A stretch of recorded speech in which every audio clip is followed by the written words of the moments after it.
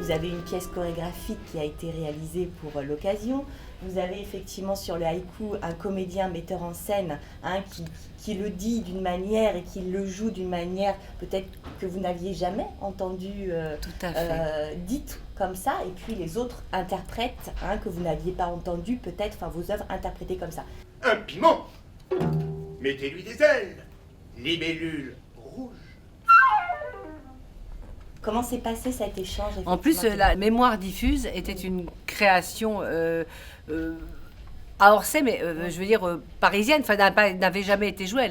Elle avait été jouée à Giverny et je n'y étais pas. Donc moi, c'est la première fois que je l'entendais. J'avais eu un film, mais bon, à part des interprètes américains qui étaient magnifiques, bien sûr, mais j'ai pas eu le bonheur de travailler avec eux. C'est un cadeau, alors. Tandis que là, ça a été vraiment un travail très, très chaleureux, très, très proche avec tous les musiciens, professeurs, donc les enseignants, mais que je ne considérais pas comme enseignants, mais en tant qu'artistes, et qui sont d'un niveau, vous l'avez entendu, on l'a entendu, le public l'a entendu, d'un niveau absolument remarquable.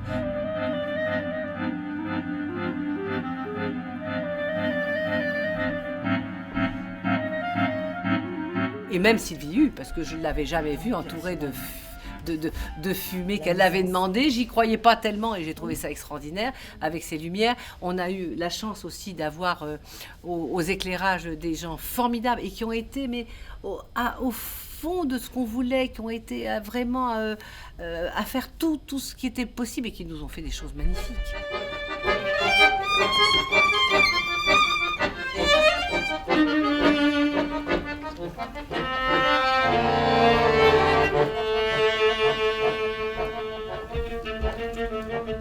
Qu'est-ce qui a guidé le choix de ces 5 morceaux présentés ce soir? Je crois que ça a été leur choix. Leur choix. Moi, j'avais proposé les pièces de musique de chambre. J'avais envoyé une liste de pièces de musique de chambre. Et ça a été vraiment, j'ai envoyé des enregistrements, des partitions. Ça a été véritablement leur choix. Et je crois que ça a été un bon choix parce que les œuvres se complétaient, étaient différentes les unes des autres. Et je pense assez variées pour le public. Assez variées pour le public. Et moi, j'aime les transversalités. Donc, je pense que on joue de la musique de chambre et c'est de la musique de chambre. Il n'y a pas forcément un récitant, il n'y a pas forcément des lumières, il n'y a pas forcément de la danse, du théâtre. Et moi, je crois que c'est ça. C'est ce côté spectacle total qui, moi, m'a plu, qui m'a réjoui.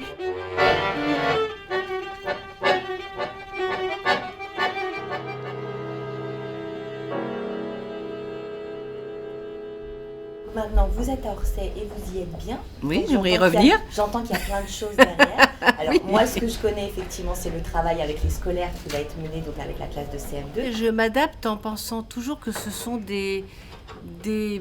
même si les enfants sont petits, je leur parle en tant que professionnels, un langage qu'ils comprennent très très bien. Il y a eu des questions formidables par rapport à est-ce que je me destinais à la musique depuis toute petite, est-ce que j'avais... Il y a eu de très... Ils ont été préparés, mais il y a eu des questions non préparées, dont un qui dit, mais enfin, vous gagnez votre vie? Vous gagnez bien votre vie? J'ai dit, bah oui, un compositeur, ça mange. Et ça, le professeur était même un peu inquiet de certaines questions, mais j'ai trouvé ça vraiment formidable, parce que en fait, ils ont vraiment compris que c'était un vrai métier. Et alors, donc, on ne peut pas s'empêcher de poser la question, une femme à ce niveau d'excellence, compositeur contemporain?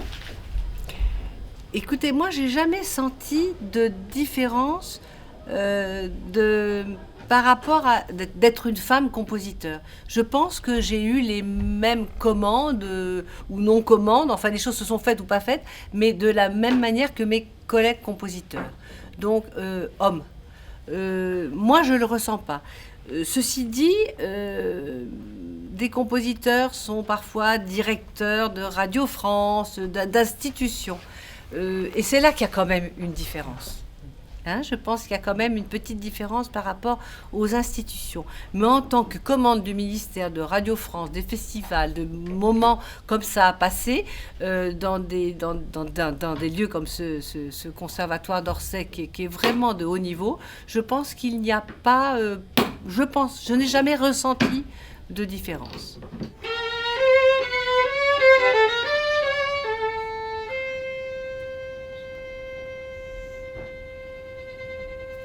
je viens de mettre un point final, donc l'encre est toute fraîche, sur une très belle aventure. C'est une œuvre d'une quarantaine de minutes, une sorte d'opéra pour une femme seule, qui va être créée le 15 avril au Bouffe du Nord, qui est un théâtre d'ailleurs où je n'ai jamais eu. J'ai des concerts à Salgavo, j'ai eu des concerts aux Champs-Élysées, des différents concerts à Pleyel, mais jamais les Bouffes du Nord.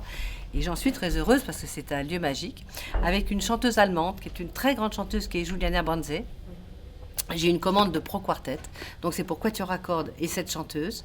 Et là aussi, je cherchais un texte. Bon, je cherchais un texte, et j'ai trouvé cette superbe histoire de Mademoiselle Else, Fräulein Else, de Schlitzer, que j'ai fait adapter par Hans Schwarzinger, avec qui j'avais déjà travaillé pour un opéra, pour raccourcir, parce qu'il fallait en faire un livre. Et je vais continuer sur une œuvre d'après les tableaux de Hopper. Et Hopper, j'aime Hopper depuis 25 ans, hein, même quand il n'était pas exposé en France. Voilà, donc là, ce sera des œuvres avec de très beaux textes qui ont été écrits autour des tableaux de Hopper. Monsieur Esteban, qui malheureusement est décédé il n'y a pas très longtemps, et qui a écrit un livre sur les tableaux, c'est-à-dire voulant pénétrer dans les tableaux et raconter ce que disaient les tableaux. Puis à un moment, il dit non, mais finalement, ils ne doivent pas dire ça, peut-être qu'ils disent autre chose. Et donc, il y aura un récitant et un orchestre de 11 cordes, qui est l'orchestre Mozart à Paris, dirigé par Claire Gibault.